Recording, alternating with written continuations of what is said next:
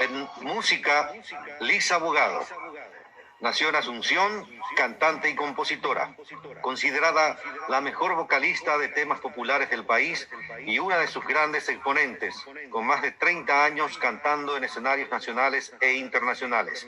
Actuó en varias zarzuelas paraguayas, representó al Paraguay. En el Festival Iberoamericano de la Canción OTI, recibió numerosos premios y distinciones, entre ellos el trofeo Recuerdo del Pacaraí y premio a la mejor solista en el Festival Internacional de la Canción. Cuenta con una discografía variada con 6 discos y 5 casetes de música paraguaya e internacional. Actora de la canción Un Solo Canto, himno del bicentenario de nuestro país. Junto a un grupo de profesionales dirige una escuela de enseñanza de canto y baile para jóvenes de su comunidad. También recibe la distinción de mano del presidente del Congreso de la Nación, senador Blas Llanos. ¿Preguntar?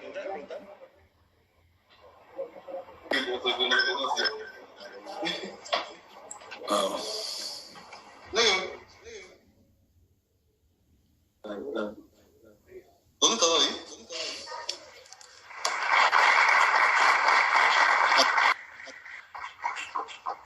Rubro literatura. Amanda Pedroso. Nació en Asunción, poeta, narradora y periodista.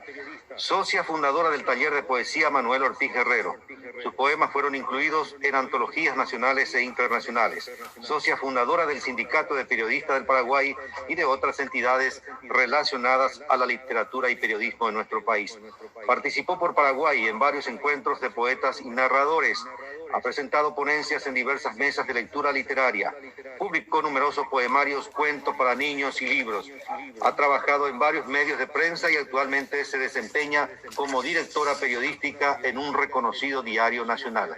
En su representación recibe el señor Guido Rodríguez Alcalá.